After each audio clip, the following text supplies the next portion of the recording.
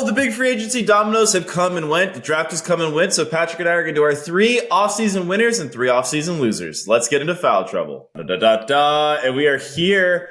I thought free agency was going to be a little bit bigger. I thought it was going to be a little bit more drawn out. I thought, we were going to be talking about the Paul George signing today. The Paul George signing is already old news. I thought, a lot more was going to happen. I feel like free agency was came and went really quick this year.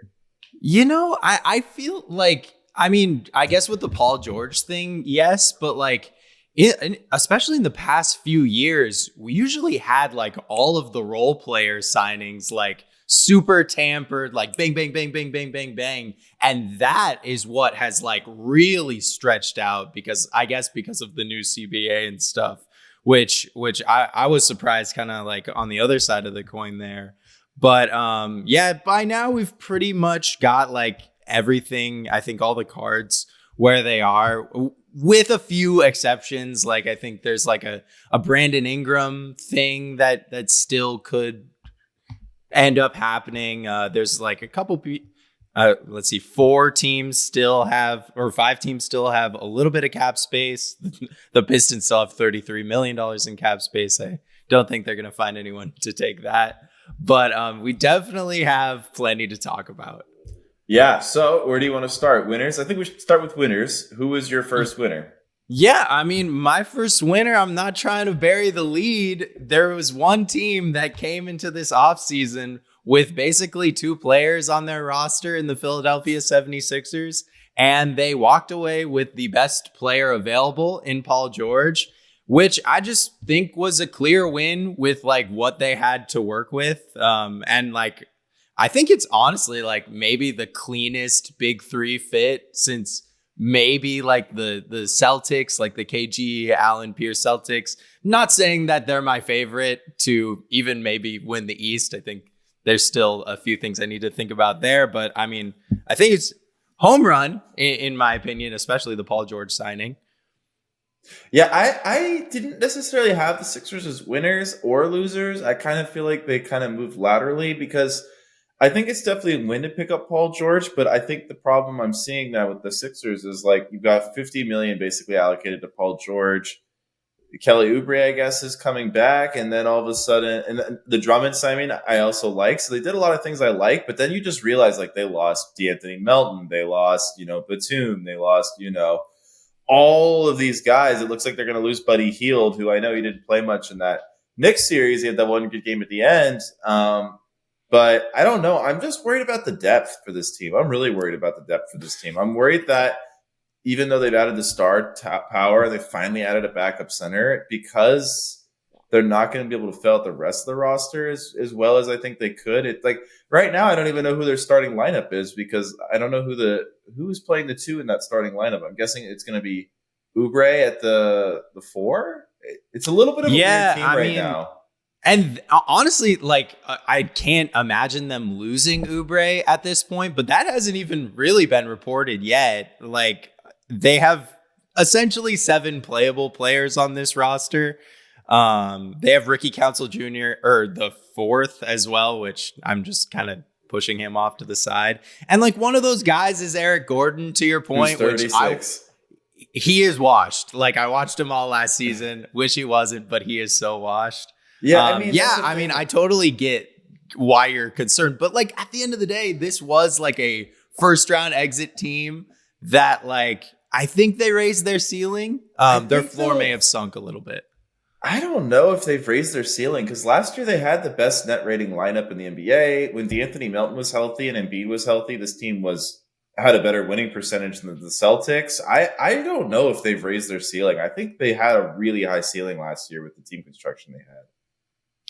Yeah, because Melton missed that whole first round. He didn't play. He was their starting 2 guard the whole season. I guess I just never really bought them having a true championship ceiling. I always thought if they ended up going against the Celtics, I would have definitely picked the Celtics. If they ended up going against a Nuggets, I would have picked them against the Nuggets. And that might still be true now, but I could easily see them winning a championship if all the cards fell the right way with these 3 dudes, just because they're that good. Yeah, I guess I just can't call them a winner because right now, like Ricky Council, because right now Eric Gordon would be the starting two guard, which means Ricky Council would be their only guard off the bench. I don't know. I'm just really worried about how messy this team could be around the three guys. Yeah, I mean, that's fair. That's fair. I think it's a smart way to look at it. But like, and yeah, 7 roster spots is a lot to fill. And it's like kind of coming from nowhere. Yeah, yeah, it is kind of like, all right, guys, what are we gonna? Yeah, so the like free agents that are still available are guys like Gordon Hayward, Kyle Lowry, which you got to assume is coming back at this point.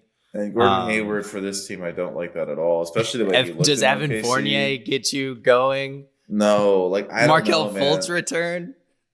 I mean, I don't mind the Markelle Fultz return as your 6-man guard. I like that better than Kyle Lowry at this point in their careers. I would imagine he's probably a little too expensive for them, but I mean, who knows? I guess once we're this deep, Robert Covington's still available. But yeah, no, I mean, like to your point, it's like you really got to hit on minimums, and every year, and I'm sure even in today's episode, we're gonna talk about like minimums that we liked, but more often than not, all of those minimums are just gonna kind of be a wash and not really affect anything in this season. Yeah. Okay, my first winner, I think this is the slam dunk winner of the offseason, is the Oklahoma City Thunder. They signed Isaiah Hartenstein. They finally addressed the size issue they had going into last season, so now they can play lineups that are better for rebounding, or they could put them up back on the bench and go with their more spacing-heavy lineup from last season.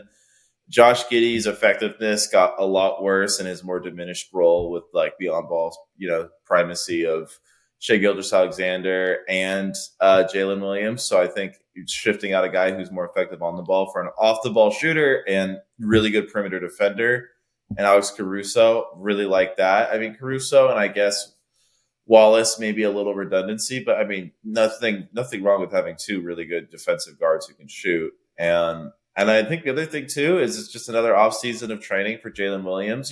His first time in the playoffs, lights look a little bright for him, but I think that's a guy I really believe in. So I think, coming into this next season, just him getting more experience is just, I don't know. Thunder didn't do too much, but what they did do, I thought was huge. No, yeah, I mean, I had him on my list of winners, like just like hit the ball out of the park. Still 40 million, still Jesus Christ, that it seems fake.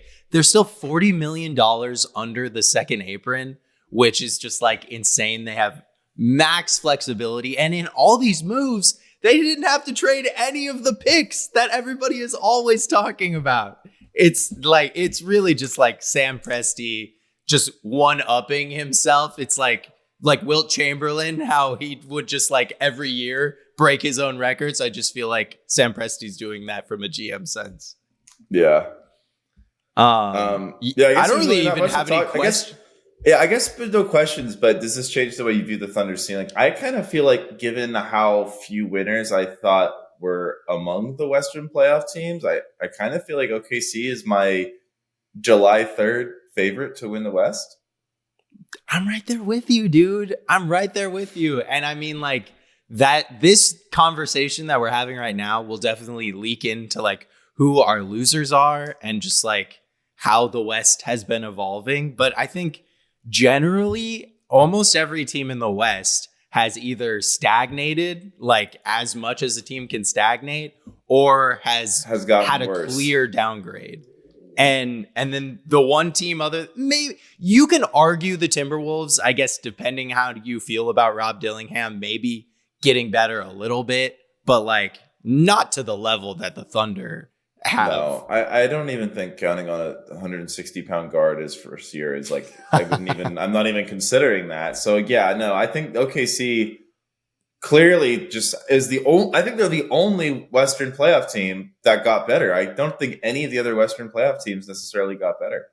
Also, something we didn't even shout out was Isaiah Joe and Aaron Wiggins, 2 guys that had really, really great moments for them in the playoffs, were both extension eligible, and they locked them down both to like super reasonable contracts that are under the mid-level. Like they're both going to be making under $11 million next year, and then only Isaiah Joe caps out at 12 million in 26-27, which by the time we get to there, we'll have the 10% raises in the cap every year. So like that will even kind of be a smaller percentage of the cap than it is right now. It's just like really, really awesome, like asset manipulation, and like, yeah, it's just great work by the Thunder. And yeah, right now I'm probably with you. They probably are my favorite to win the West right now. Yeah, I mean, it feels like they were a couple months late on getting the center, but I mean, I guess it is better that they got. I think we would all rather have Isaiah Hartenstein than Daniel Gafford. So, maybe they wouldn't have won last year anyway, given how they looked at times in the playoffs, a little shaky. Some of their shooting fell off, but like, man, I'd love the Thunder heading into next season. I think this is also be a really that's good such team. it's such a great point about the Daniel Gafford thing. It's like, it would have been cool, but they actually pick up a pick in that trade with him going to Dallas and then get a guy who's arguably better anyways. Yeah, not much of an argument there from me. Patrick, this is where this exercise got really difficult for me. I didn't have. Well, I get my second winner. It's kind of interesting. Oh, your second winner now, yeah. Yeah. Okay. OKC was one of your big winners, right? Yeah, OKC was kind of like my second winner that I had written down. I mean, I also had the Spurs there. Is this a time where we should? That was one of my three teams. I had the Spurs, one of my. So that I think though, before we talk about it, because the Spurs, I mean, the big two things for me, they signed Chris Paul, which I just think is huge for mentoring guys like Castleton, mentoring guys like Vassell, putting Wemby in a position where he can actually be much more effective. I just love this for the Spurs. I love this for the development of not just Wemby, but all of the pieces on this team that we think will be there long term. And I think, you draft Castleton, the guy Chris Paul will help out. I think just the Spurs being on our top three winners, signing Chris Paul, it speaks to how many teams didn't win this offseason. Yeah, no, absolutely. Because it was kind of like they were starting from ground zero. So any talent that you're adding is going to put yourself, if you're the Spurs, into this conversation. And then, yeah, I mean, like adding Castle right there, that's like easy win, but you're just using your pick. Trading down, having like a pick in a future better draft, and then just getting a guy that can pass Wemby the ball. Like that right there, how many wins would you say that's worth if they had a guy that could pass Wemby the fucking ball? I'm going to be unreasonably high on the Spurs when we do our prediction pods. I don't know if I feel quite as good about them as I did last year's Rockets, just because I feel like outside of Paul, Wemby, and Vassell, like I got to see it, but yeah. Well, no, okay, so this is like one of the juicy moves that could still happen. There's been all of these rumors about a Lauri Markkanen trade, and the two teams always connected with him are the Warriors and the Spurs. And like, honestly, I think once this Buddy Hield sign and trade gets completed for the Warriors, I don't really see them having the cap flexibility to make a move like that for Lauri Markkanen. So, no. Like, is it time? Like, what do you think about the timing for a Spurs kind of close to all-in move? I mean, it's not an all-in move, but like a put your chips on the table move for Lauri Markkanen. Is it too soon? Would you do it right now? Like, how are you feeling about something like that? I mean, if I'm being completely logical, I think the move for the Spurs is to just give Wemby a shitter team and just really hope you get, because this is a draft, you could get a Cooper Flagg, a Bailey, a Harper, a Nolan Schrar. I can't say his name. He's French, and the French are taking over the world. But it's true. Yeah, I mean, they're going to be all French. It's going to be the NFL or NFA, National French Association. Oh, yeah, they're NFPA.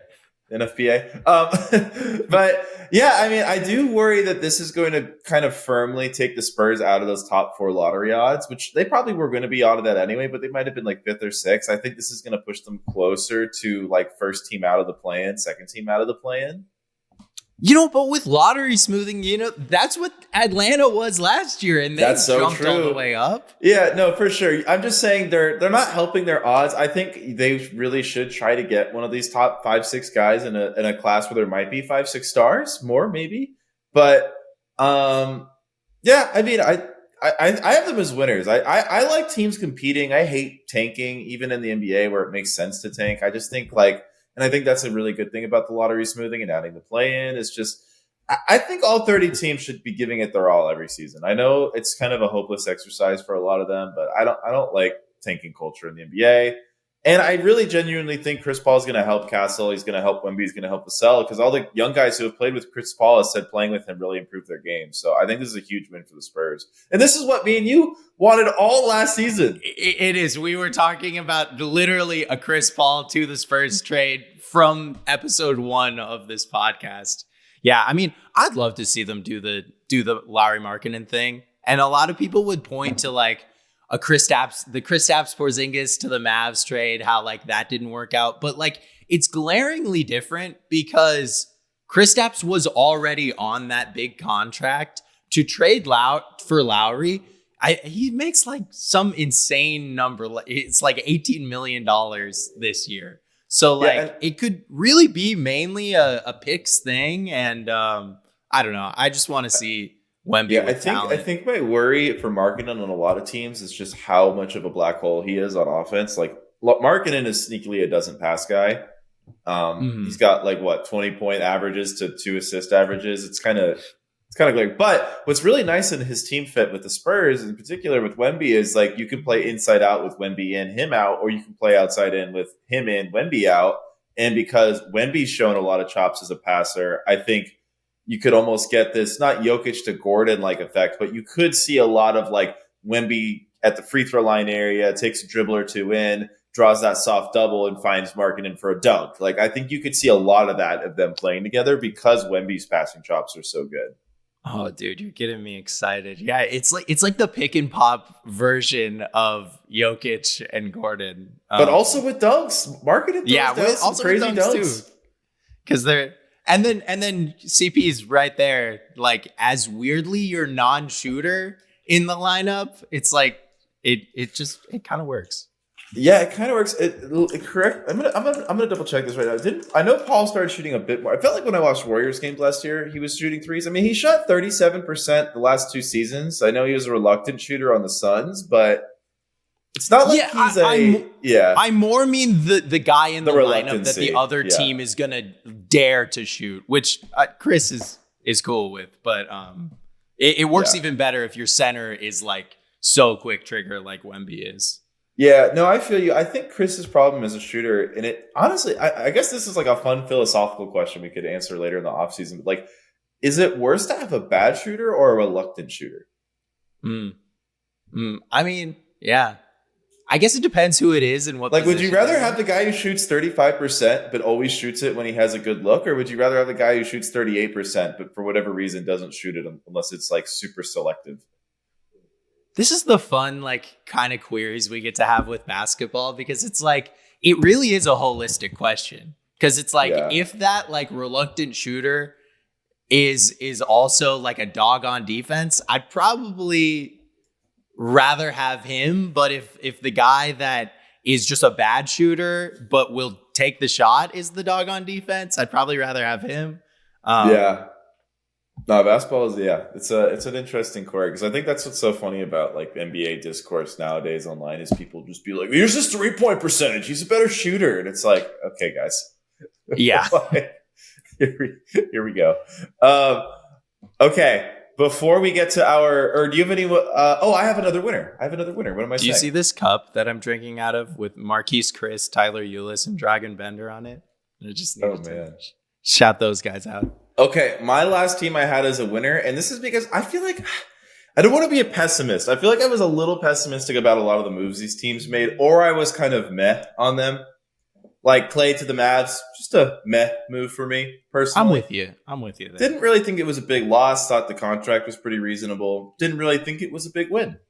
But this team, which managed to really not make any moves other than drafting with their 30th pick, the Boston Celtics, I think, are clear winners of the offseason. They re-signed Derek White and Jason Tatum long term. So right now, everyone in their starting lineup is just extended in like forever and ever. They've got the team together for a long time. Porzingis and Horford only have 1 year left on their deals, but Horford is old. He's probably going to retire after maybe this season, or maybe he does an extension again. I mean, Horford is still a pretty effective NBA player, especially in that Boston Celtics team construction. I'm sure they'll find a way to get Porzingis to come back, especially this is one of those situations where him getting injured is probably going to help them long term in terms of the like, hey man, we can't really sign you that much. You're always injured. And they probably get him on a steal because of some of these injuries. So, and I think if you're the Celtics, you look around and you go, okay, the Sixers, I maybe are around the same team, and they're the team we've pretty much beaten this entire era. They look at the Bucks, haven't really done much. They're thinking of trading Lopez. The Bucks seem like a team totally in flux. I mean, they're probably like, all right. The Knicks, I mean, I'm sure with the Knicks, they're like, that's the one team that can match us wing for wing, but they just lost Isaiah Hartenstein, and their other center gets hurt all the time. So I think if you're the Celtics, what? I gotta say, every once in a while, you come on here and you lay out a take that I am so fucking jealous of. Like, yeah, it's a great take. The Celtics are a total winner. And I didn't even consider them for this exercise, to be honest. Yeah, like, I just feel like I think people will maybe really differ on that take, because I think that's the one thing. I think the Knicks are really good. I think the Knicks could beat the Celtics, but I think the Celtics are like, we have all our guys signed long term. And I think the Celtics, if anything, are like, okay, yeah, bring on the Thunder. We could take on the Thunder. Yeah, I mean, the Hartenstein, and I this is something that I don't know if we'll get to later, but the Hartenstein loss for the Knicks, I think, is huge. And if they were able to retain him, that would have been something for me where I started thinking that maybe the Knicks could take down the Celtics. But like, I was on the Celtics all last year, and really, I think the East has gotten better as a whole, but nothing has happened to push me off of the Celtics as what I think should be the clear favorite once again for not only the Eastern Conference, but also the title. I think what I really like too isn't it's not just the East though, because it's the fact that like last season it was like, what was it with the Celtics? It was like, I mean, they just don't want to see Denver. I mean, about a team we're going to talk about in the loser section. Yeah.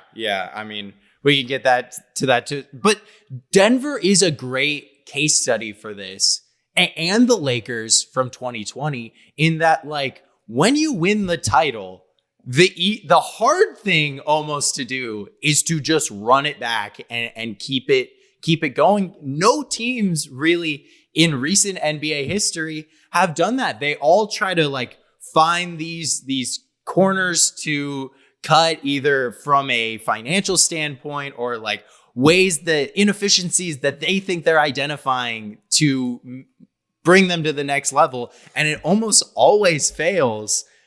And then we look at the Celtics and they're just running it back. A great team, almost historically great team. I love this take, James. And I think it's really, really smart and realistic to like what we know will work. Yeah, I like it a lot too, because I mean they're just in a great spot, and I feel like they got to feel so good about it. How would you, and this might be a tough exercise just off of top of mind, but like, how would you rank like how you're feeling about the Celtics repeat chances opposed to the other teams that have won in the last couple of years, and how you were feeling about their repeat chances? I feel, especially relative to the league right now, as good about them as I did about the 21 Lakers and this past year's Nuggets. Those were the two teams that I felt really strong that were going to repeat. And I think the Celtics I feel the same way about. Obviously, neither of those teams did. No, but those were universally like. Yeah, I mean, we were the all Lakers. There. Obviously, like the Lakers, like LeBron his ankle was busted up by the time they got to the playoffs. Anthony Davis was hurt in the playoffs. I mean, that team, if I'm not mistaken, they were a top 2 seed. I mean, that team easily could have repeated. They were a really good team. I think they had fallen to 5 because they played the Suns and the Suns had home court advantage that year, but they were still, I would say, they were a great team. They just had all the injuries. That was the year Solomon Hill nosedived at LeBron's ankles. Yes.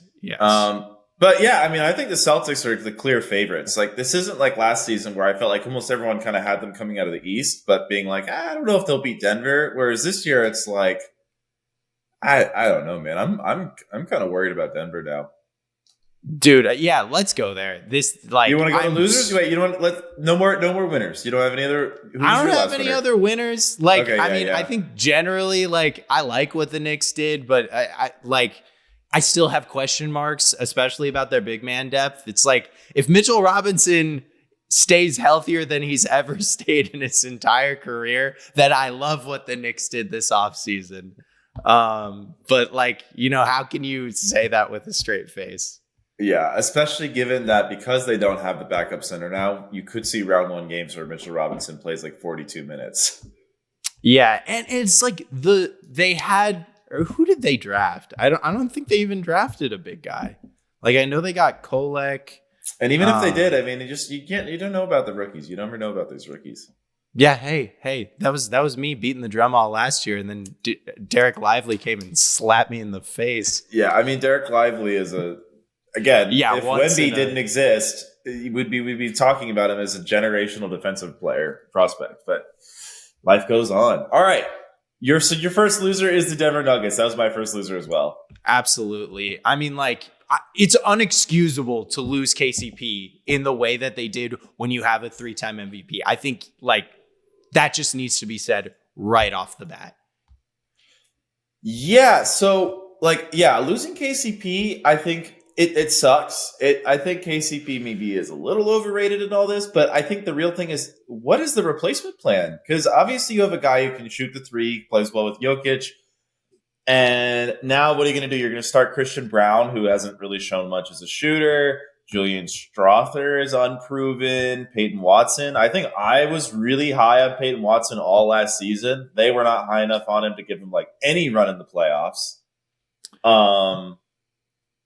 Yeah, and that's the thing though, is when you just lose a guy and you don't replace him, the issue isn't necessarily, let's say Peyton Watson took a big leap and now Peyton Watson is a quality replacement. Okay, cool. But you still have one less playable player on the roster. So you have way less injury insulation than you did last year in this case. And that's still the gamble, is maybe Watson never gets there. Maybe Brown doesn't develop the shot. Strother, again, we just haven't seen it. I'm just a little bit worried about the cascading effects because Jamal Murray has this huge extension he could sign and he just hasn't. And this is now like we've had a series now where guys of the KCP caliber like Jeremy Grant have just willingly left this team construction, which seems like it'd be a really fun team to be a part of.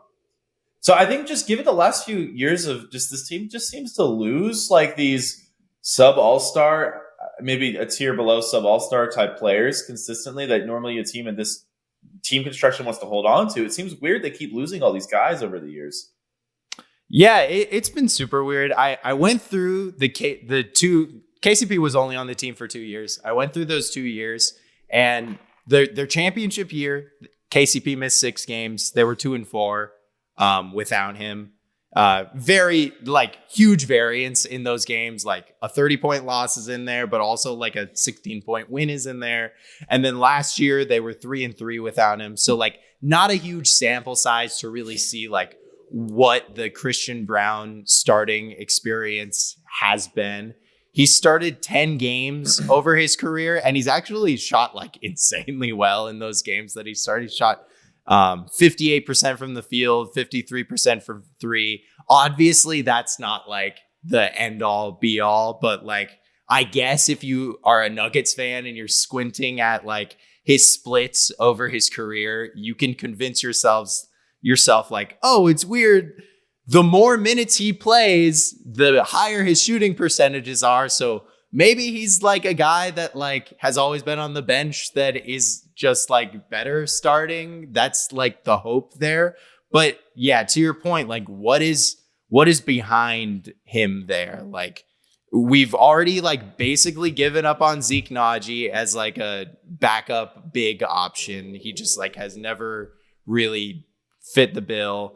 Like, and then Peyton Watson, no ball skills, like not like a dribbly guy. Jalen Pickett, how you feeling about Jalen Pickett, James? Still like an inner circle contender, I guess is the question that we're dancing around right now. Last year I had them as the innermost circle contender, and now I have them as the first or second team in the second ring. Yeah. I'm just worried about vibes, man. Jamal Murray's deadline extension is in 3 days. Mm-hmm. Like, you gotta think he picks that up, right? What are we waiting for? I don't know. I mean, I guess he's just been busy at team camp. I just have a hard. This is a big Brian Wynn. His agent's just grinding practice tape. Like, what is going on here? I'm just worried about the vibes in Denver. Something seems really off, and my alarm bells. Patrick, they almost broke when I saw the story that apparently they want to sign Russell Westbrook. Oh my God! Yes, and so Russell Westbrook opted into his $4 million with the Clippers. So you're gonna have to trade for the worst asset in the history of the league. I mean, what are we doing here? Yeah, I mean, I get like they're not going to do better on the free agency market from a guard perspective, and it's pretty dry. It's pretty dry. Like, obviously, I don't love it, but I guess if Russell Westbrook, I could not think of a player who fits worse with this Denver team than Russell Westbrook. But I think Russell Westbrook next to a center like Jokic, that's probably, I mean, I guess if he's cutting, that's probably like best case scenario. He doesn't cut. This dude does not cut. That's the thing. This is the thing I hate about Westbrook is there's this notion that he just plays hard 24/7, and it's just so not true. If you ever watch the guy when he doesn't have the basketball, he doesn't do shit. He's one of the most low motor players in the whole league. He's so annoying to watch. So he's only useful when he has the ball. He can't shoot the ball. What's he going to do? You're just going to take touches away from Jokic, and then when Jokic has the ball, he's going to be like, Westbrook, cut. And then Westbrook will be like, nah, man, I'm going to sit here and do nothing. Dude, just... I genuinely, if they sign Westbrook, I'm taking them off. I'm putting them closer to the bottom of my... They're not in any contender list if they do that. I think it's going to happen. And like, I hear you. Like, I mean, I think this has been... And if Jokic is the one pushing for it, it's actually going to push him back all time on my all-time list. Damn. It makes me think. It makes me question his basketball intelligence. Hey, did it push LeBron down on your list? A little bit. Okay. So I feel like what? Yeah, is it? You got MJ1 now? I might have to. You know what? That's a great point. Yeah. You know what? Yeah. Now I have MJ1. MJ1. Wow. Okay, we gotta clip this out. We gotta put this on our socials. I feel like Michael Porter Jr. move is that's the move, right? He's making $35 million this year, $38 million next year, $40 million the year after that. I feel like the only way they can really improve is to cash in on that asset and divide them up into multiple contracts, essentially, because we've seen Jokic succeed with worse talent overall. Like, I don't know that they need that high of like ability if you can exchange that for just multiple good players. But on the other side of that coin, it's like, who's trading for Michael Porter Jr.? If there was like a world where the Lakers had like another guard that they could trust, I think you could maybe do some sort of like Lakers guard like D'Lo and Rui. I don't think would be they're losing a lot of shooting from a big wing. I don't know. That's kind of tough for Denver. Well, I mean, but that goes into like, yeah, I mean, we can talk about that next, but the Lakers, since they're signing LeBron James today, have put themselves in the second apron so they cannot aggregate contracts anymore. Rip. Like, good teams can't cobble together good players to trade for big contracts, you know? Yeah.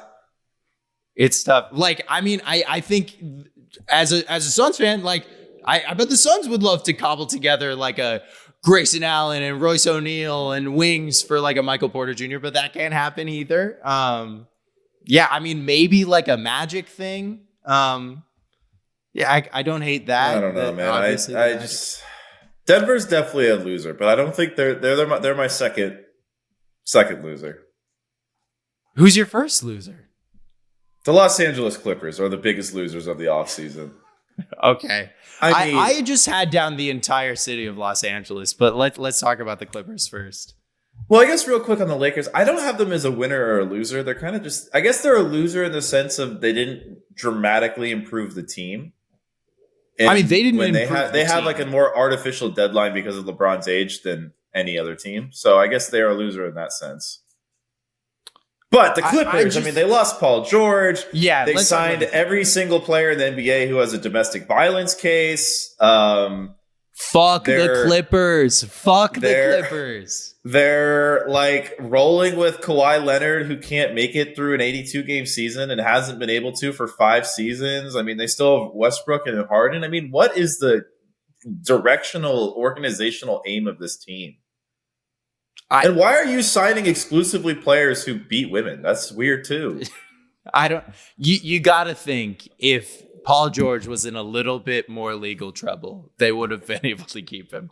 Or they would have wanted to pay him. Yeah, it's crazy. Why do you sign this James Harden deal? Like, is it just to like appease his agent? Because like you're obviously not in full. I don't know. Maybe they would argue they are in full contending mode and they just want to see the James Harden Kawhi Leonard show. But like, is Kawhi gonna even be ready for next season?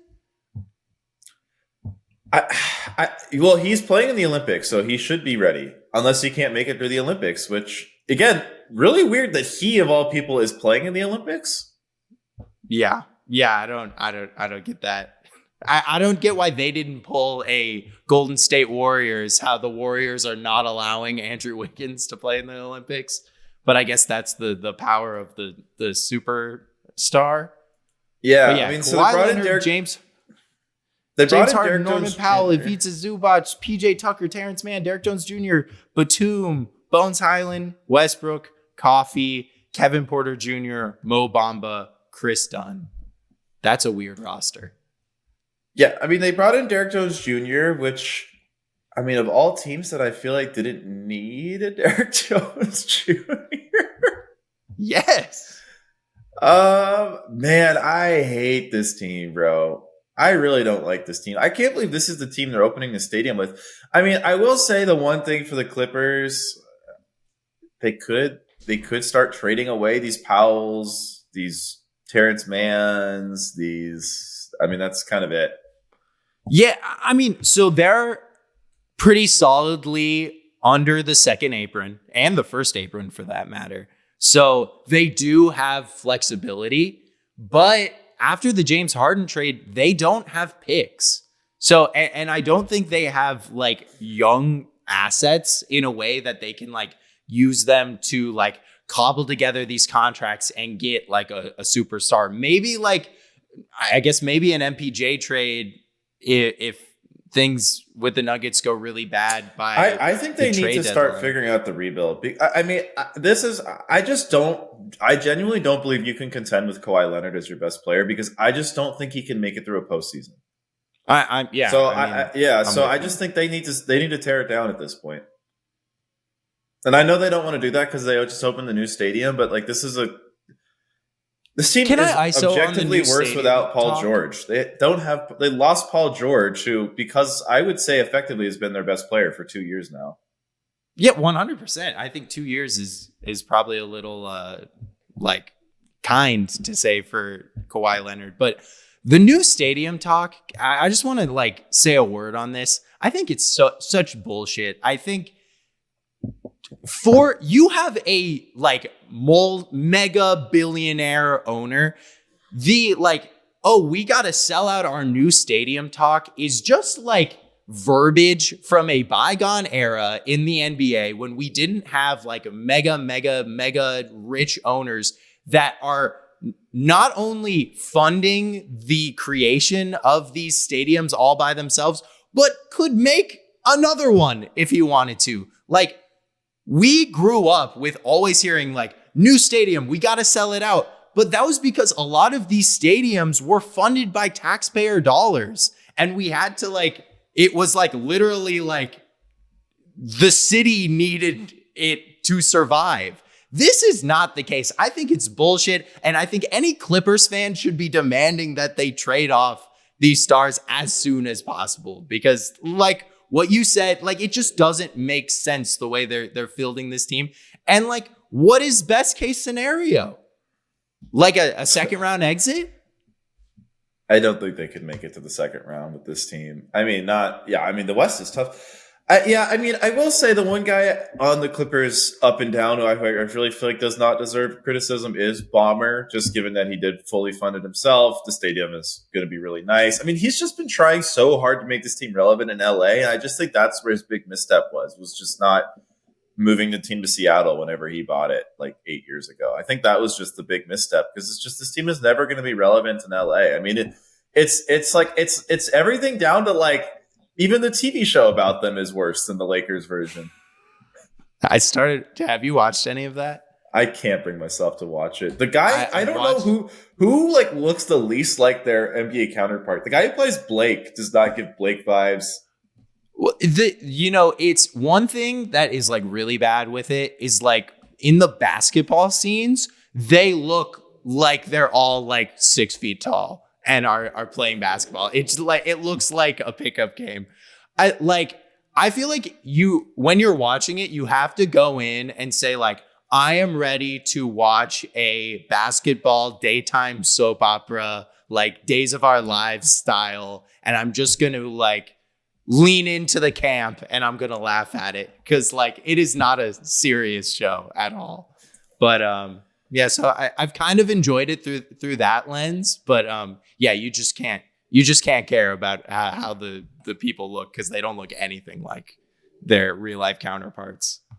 Yeah, I mean, I think for the Clippers, like it looks like what's going to happen here is they're going to play like Harden ball for 2 years. Harden will, leave or retire at the end of that, and then we enter the new era of Clippers basketball after that. And this is kind of like the holdover period from the failed Kawhi PG experiment. Yeah, I guess it is that. I don't know. I feel like they might, or I guess maybe it might be hard to trade Harden, but I think Harden's going to play out that contract. I mean, he's going to be 36, getting paid 36. I don't see. It's just a 1+1 though. I think he's got a player option. He's taking that. Yeah, no, he's definitely taking that. But I don't know. Maybe if he's like, "Fuck this, I want to win," because. James Harden is always concerned with winning above all else. Who is your next loser? I did want to have the Lakers conversation. Just more than anything, like I guess it's fine to run it back, which is what they did. I definitely don't think they got better, but I just want to kind of call out LeBron in this moment. All the talk of LeBron's team leaking out that he is willing to take less money if the Lakers get one of these guys that the Lakers essentially had no feasible way of signing is the biggest bullshit, like good PR grab that I have ever seen in my entire life. Like, it's just so ridiculous and so LeBron. But it's going to be really hard to improve this team.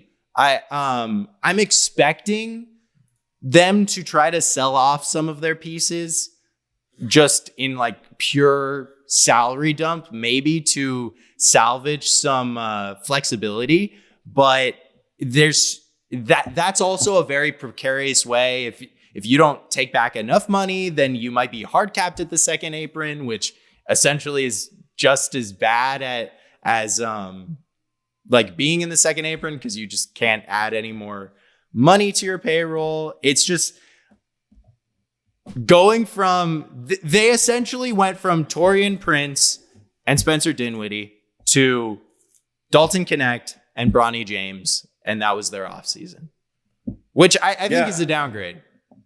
Really? Yeah. Bronny James is not an NBA player. Spencer Dinwiddie. No. Bronny James is not. Bronny James is not an NBA player, but I don't know if Taurean Prince is either. Look, I think you are way too low. Like, I don't think Taurean Prince is the best player. The thing with Taurean Prince is the concept of Taurean Prince is nice. The reality of Taurean Prince is most of his 3-point attempts are these like terrible step backs with like 17 seconds on the shot clock. He's a really low basketball IQ player. He's not impactful. Dalton Connect is a straight upgrade over Taurean Prince. Like the idea of Dalton Connect is, but like, let's see what Dalton Connect is. That's true. He could be bad, but the thing is, the Lakers last year played at a over 50 win pace the moment they just stopped playing Taurean Prince.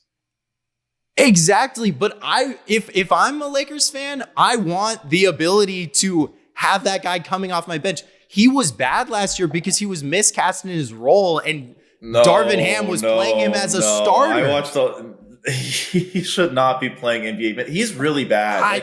Dude, you're way too low. Prince is he's a fifth wing. No, but he doesn't play like a fourth, fifth wing. He takes a lot of bad shots with a lot of time on the shot clock. That like he doesn't play like a guy who understands his role. Like that's the problem with Prince. Like but it's not like he's shooting like Russell Westbrook. He's making 38% of his threes. Because LeBron James is spoon-feeding him open shots. I'm just telling you, like, the team went from, like, a negative point differential to, like, over 10 with all their decent lineups when they just stopped playing him. The team literally has a 47 But they never fully stopped playing him, is what I'm saying. They stopped starting him, which I'm with you. He's not a starter. He shouldn't be starting on this team. But I would rather have the option than a Max Christie. Like, what has Max Christie done? But Max Christie is a way better on-ball defender than Taurean Prince is right now. I think you are way too high on Taurean Prince. I watched a lot of Laker games last year. That guy is really bad. Maybe. I just like I also think right like now, a Max Christian Christie Wood. is a What better is Christian NBA Wood player. doing? Well, I'm with you. That's why I don't have the Lakers as big winners, but I don't have them as big losers either. I just kind of have them as moving sideways. Yeah. Yeah, I mean, I guess it's not the biggest loss in the world, but also another thing about the Lakers is I feel like we have to remember LeBron and AD both played their most games last year since 2018. AD, like, I think he played his most games ever. Yeah, he did play his most games ever last year. So I don't know. I feel like there was a move to be made or something. They had the contracts to get better, and I just think they ended up hard capping them or the second aproning themselves. Yeah, I mean, again, I don't think they're huge winners. I just don't think they're huge losers, and I do think what I am excited about them though is I think they have a lot of they won 47 games last year. It's not like they sucked. No, I mean, I guess, yeah. I guess I'm not saying they sucked. I'm not saying they sucked at all. And I think hopefully they have a better coach. But I don't think their ceiling is like, I want to see LeBron. I want to see LeBron be able to win. I think though that like, I think their ceiling is higher only because I think the West as a whole just got worse around them. But like, not how necessarily much? Like, because of anything. Who would you pick if they played the Nuggets? I don't know, man. I'm still picking the Nuggets, and I'm not thinking about it, to be honest. Really, I don't know. I'm really worried about Denver. I'm like really, really worried about Denver. And then I'm picking the Mavericks. I'm picking the Thunder. I'm probably picking the Timberwolves. I would pick them over the Clippers. I'd pick them probably over the Suns at this point. I'd probably pick them over the Warriors. But I think the Warriors are not a serious team. They're not making the playoffs. Yeah, the Warriors are out of this conversation. I don't know, dude. What you're saying about the Lakers and how they played, they had like really, really great stretches of the season. You can say the exact same thing about the Warriors. When they had Draymond, when they were healthy, they had really, really great stretches of the season. and they have a guy like Kuminga that you could like realistically project to have like a huge like area of growth into next season. I don't know though. The Warriors also had stretches where they were healthy and they were really bad though. Yeah, but so did the Lakers. But the Lakers never had a bad stretch where they just played the right lineups and they were bad. That just never happened last year. Yeah, I don't know. I mean, I'm just saying like their Like, placement in the top really 6 good. of the West has not been solidified. I think that's totally fair. I think just the reason I'm high on this team last year and I'm still high on this team is just ever since they've made that trade halfway through 2 seasons ago and they actually just play the players they got from that trade, they've been really good. Their net rating is amazing. Like, they didn't even have Vanderbilt at all, who was their kind of Swiss Army knife guy to use defensively. Like, I don't know. I think this team is still... I still view this team closer to how they were at the end of 2 years ago than how they were for a lot of the regular season last year.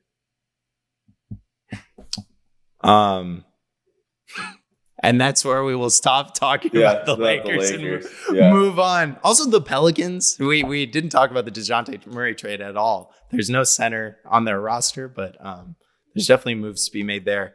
Okay, loser. Do you have another loser? So I don't have another bona fide loser. I think the Nuggets and Clippers are their own category of loser. I agree with that. I have question mark teams. Oh, actually, I do kind of have another loser, and it's the Milwaukee Bucks. Oh, that's a good one. Yeah, that's a good one. Did you like? I think this has been like a really. I get that they're a second apron team, and their flexibility is really like they don't really have it, but like. There's just like I don't see how this team gets better other than I guess just being healthy and the bet is like, okay, Dame is 1 year removed from his divorce, he's gonna be Dame again. I will always buy the Dame Kool-Aid, but I'm with you. I think Milwaukee, of any team, really needed to make some sort of additional shakeup, and I think, you know, if I'm going to extend this offseason a little bit into last year, I just don't love Doc Rivers, man. Yeah, dude. I'm with you on that. Especially like now, Milwaukee really, after not like playing on the margins, getting like the really good minimum contract guys, now Milwaukee has to rely on their young guys. Marjon Beauchamp, AJ Green, Andre Jackson Jr. And if we know anything about Doc Rivers, he's never gonna fucking play any of these guys. You know, that's just who Doc Rivers is. Yeah, and I'm also like Middleton was battling injuries for a lot of last season. I don't know. He was awesome in the playoffs, though. He was. But that's the thing. I think Middleton is a guy who can make it through his season, but he's also a guy that just seems to be picking up more and more nagging injuries as he gets older. That's true. I mean, I don't know. He's 33. I'm a big Dame believer. I love Giannis. I like the trio with Middleton. And I liked that this year that Milwaukee kind of went from this like defensive team that's a mess in the half court to like, oh, this is actually a really good offensive team now. I like that, but I'm with you in that it just feels like there's a lot of stagnation, and it's kind of like, where are they in the pecking order between Philly, Milwaukee, or Philly, New York, and Boston?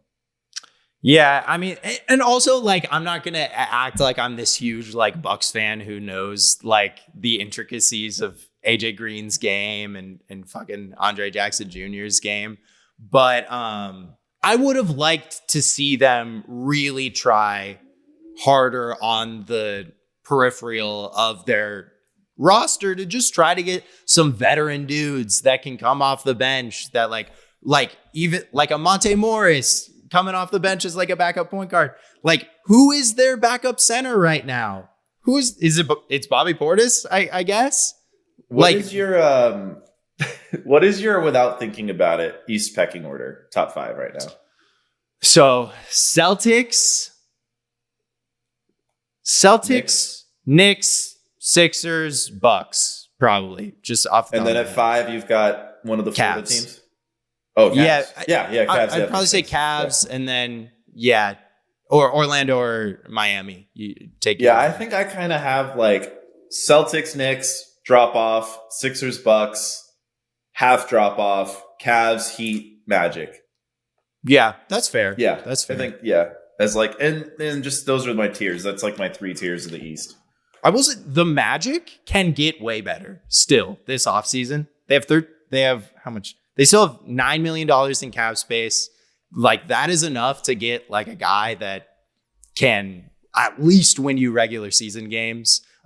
We didn't talk about them at all, but I love the KCP move for them. Like ideally you get a guy that maybe has a little bit more on-ball juice than KCP. But in the playoffs, Paolo had, I think, the highest usage rate of anybody in the first round, and that worked out really well for them. So I don't blame them for just kind of continuing to spam that and get another great shooter or get a great shooter that is going to be able to survive on defense. Yeah. Any other teams you want to quickly hit on since we've done our 3 losers, 3 winners? And our weekly Lakers debate. Yeah, our weekly Lakers argument. All right, I have a fun Lakers question actually before we do it because I've been asking people this. I'm just curious. So last season, Jalen Hood-Schifino was pretty good in the G League and pretty awful on the NBA courts for the Lakers. And he played 120 minutes the entire season. Over or under that number for Bronny James? Under. Gotta smash the under on that. I'll take the under too. I don't see Bronny James being a contributor. Like, I don't think he's a contributor. I'm just talking about like basically how many blowout minutes is he going to get to play over the course of the season? Yeah, that's true. If there's a game where Bronny plays over like 8 minutes, it means it's game 81 and their playoff spot is secured.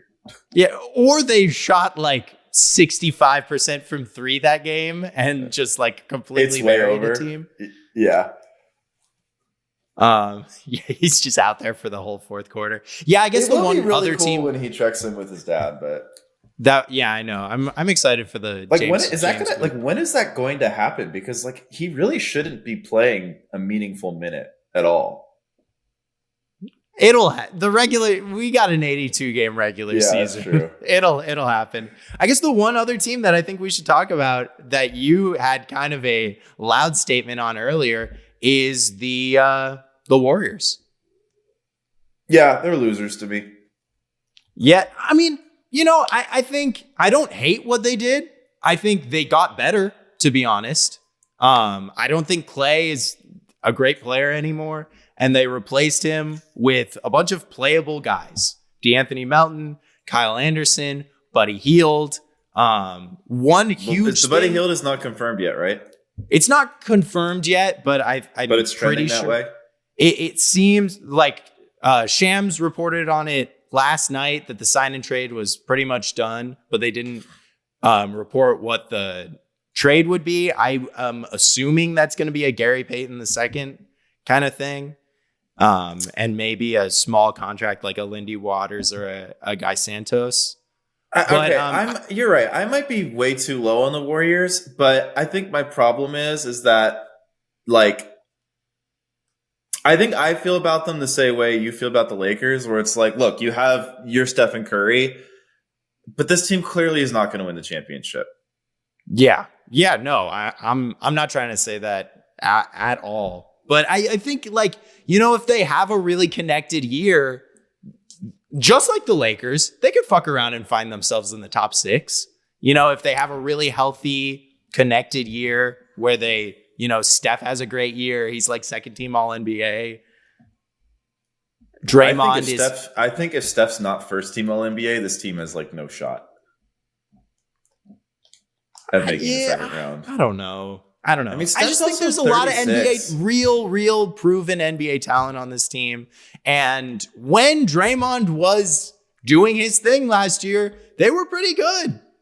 Yeah, and when they were bad, they did have they had the hardest schedule by far. The first third of the season last year was something we talked about a lot. But I think like when this team was really, really good, it wasn't just the overwhelming talent. It was also Steph was like miles ahead of the other point guards. And now I don't even think he's a top 2 point guard in the West because of Shea and Luka. Yeah. Yeah, but I mean, that's not the. Well, it's just. But I think that's the whole point, right? Those are the two teams. The Thunder, they have Shea. The Mavericks, who maybe I have third or second going into next year for probably third. I just off the top of my head, I don't know who I have two, but I don't know. I just think it's going to be really hard for this team to like Thunder, Mavericks, Nuggets in some way is like top 3, right? Yeah, I just think this team is going to be fighting for seeds 7 through 10 again. That's just kind of where I see them, and I'm just kind of wondering how many years in a row of that before what are you going to do with this team? I don't know. You send Steph Curry back home to Charlotte. Because I just think it's just like, oh, well, that's okay. You know, the young guys will play with Steph and Curry. You know, Kuminga and I guess Moody, the way they treat him, they don't really view him that way. But like even Kuminga, it's like he's 22. He hasn't shown that he's a star. Like it's not like you're going to build around Jonathan Kuminga. It's like, what is the actual plan here? That's true, but you don't have to build around them yet. You still got Steph. Steph is still good enough to be a superstar. You're hoping Kuminga's a little bit better. You're hoping Steve Kerr trusts in Moses Moody to play some real minutes. Well, he's going to have to start finally doing that. You got to think Brandon Podziemski's going to be better. He was awesome last year. And then Trace Jackson Davis, too. Yeah, I think you're expecting some growth. Yeah, Trace is 24, though. That's true. But it's his second year in the league. That's true. Yeah, no, I think you're right. I think you're right. I was a little too low in this team for sure. I still I don't know. I still feel like I know the goal is to win the chip. I think it's just, I don't know. Because I also know they're trying to get rid of Wiggins. So what does that look like if Wiggins comes back and he's kind of bleh again? Like, I'm just a little. Yeah. I'm just kind of out on the Warriors. The Wiggins thing is so interesting to me. I'm like, is that the Brandon Ingram team? Like, you swap out Andrew Wiggins for Brandon Ingram, which, you know, I know how you feel about Brandon Ingram, but it's a clear upgrade over an Andrew Wiggins. I think that's the problem. It's too clear of an upgrade. So the Pelicans are like, yeah, sure, buddy. Yeah, we'll do that. You know, but then you get, I don't know, you throw Moses Moody in that trade. I don't know. Yeah. The Warriors are, I mean, they're definitely in a tough spot. I don't really envy the position their management is in. The good thing is they're out of the second apron now. Like, that is huge. That, like, they have flexibility for really the first time in years.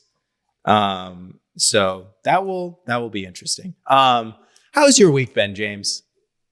It's been good. Oh, one last thing on the Warriors, though, real quick. I think the real reason I was pretty low on this team and why I was low on them last season and I'm still really low on them, I just hate the way they match up with big teams. Yeah. I thought Anthony Davis absolutely killed them on the glass 2 years ago. You know, this last year they lose the play-in game. Sabonis is pretty good against them. And I think I'm just worried because when you look at a lot of the best teams in the West, the Thunder, you've got Chet, now you've got Hartenstein. The Timberwolves, you've got Cat, Gobert, and Naz Reid. You know, the Mavericks, their centers aren't really offensive threats, but they're these huge rim protectors, and that's what really hurt them against the Lakers with Anthony Davis. You know, maybe the Lakers, you don't have top 4, but they have Anthony Davis. So it's pretty much like all of these other Western teams that you really do like are just hard counters to this Warriors team construction. And I think that's what I really don't like about the Warriors and why I'm just so low on them as a team that has even a chance to make it to the second round. Yeah, I mean, they do profile as, I mean, the one thing that we've never seen is a Kuminga, Draymond, like for a long time, them working and playing together well. And if you can get them playing together well, you can kind of become a really big team for at least in spots 1 through 4. And then Draymond's good enough to pretty much guard any 5. So I think that is like the pathway to get there. But also, like, I don't know, Kevon Looney might be kind of low-key washed. So that makes things more difficult as well. I love Kevon Looney. I don't want to talk bad about him. All right, let's get to a hot streak shooting slump. Did you have a hot streak or a slump this week? I had a hot streak. Team Bucket Squad did this absolutely freaking insane video in like San Diego at the Olympic Training Center down there, like near Chula Vista this weekend. And it was hot and it was a very long day, but I think it's going to be one of the coolest videos that Jesse has on his channel once it's posted. So that was very rewarding. We were down there for like Friday and Saturday. That was really rewarding to see that finish up. And then, I mean, hey, free agency week is one of my favorite weeks of the year. Love the slop, love the rumors. So, and I'm excited for 4th of July tomorrow. So I had a great week. What about you? Did I have a good week or a bad week? I feel like I had a very uneventful week. You know, I just worked. I hung out with my dog. I would say I'm on a hot streak just solely because, you know, nothing bad happened. So that's cool. There we go. Yeah. No, it's kind of a mum week. I'm really excited for the week ahead. My birthday is on Sunday, so I'm actually celebrating tomorrow with some friends, then different friends on Saturday. So some fun birthday celebrations ahead. I'm kind of glad we're in the off season though. There's a lot of basketball this year. I'm really excited to watch Team USA. I think Team USA is going to be a lot of fun to watch. So that finally gets started. I don't think Bronny's going to be all that great because, especially given his play style, which is really passive. But I'm excited for the Bronny James Summer League experiment to get started. Yeah, that will be fun. That will definitely be fun. Yeah, Team France. I know you're pumped for Team France. Wemby Gobert front court. I'm not afraid of Team France this year, but I'm a little afraid of Team France in 2028. Yeah. Oh my gosh, how embarrassing will it be if Team USA loses in Los Angeles to literally anyone? I'm just a little afraid we're going to be losing. I don't think we're going to have LeBron next time around. I don't think we're going to have Durant. We've got a Woj bomb. I don't know if I even want them next time around, but what's the Woj bomb? Damian Lee is returning to the Phoenix Suns on a 1-year deal. Ooh. Yeah, we didn't even touch on our solar teams that the solar system revolves around. Yeah. Hey, Mason Plumlee. I'm lit. I've always thought that he looks like the Chick-fil-A cow, but he's a lot better than Drew Eubanks. I'm just happy that Jimmy's coming back, even though it's on weird circumstances. But kind of a mum week, but we'll see you guys next week. So Wednesday is going to be our official one day for the off season.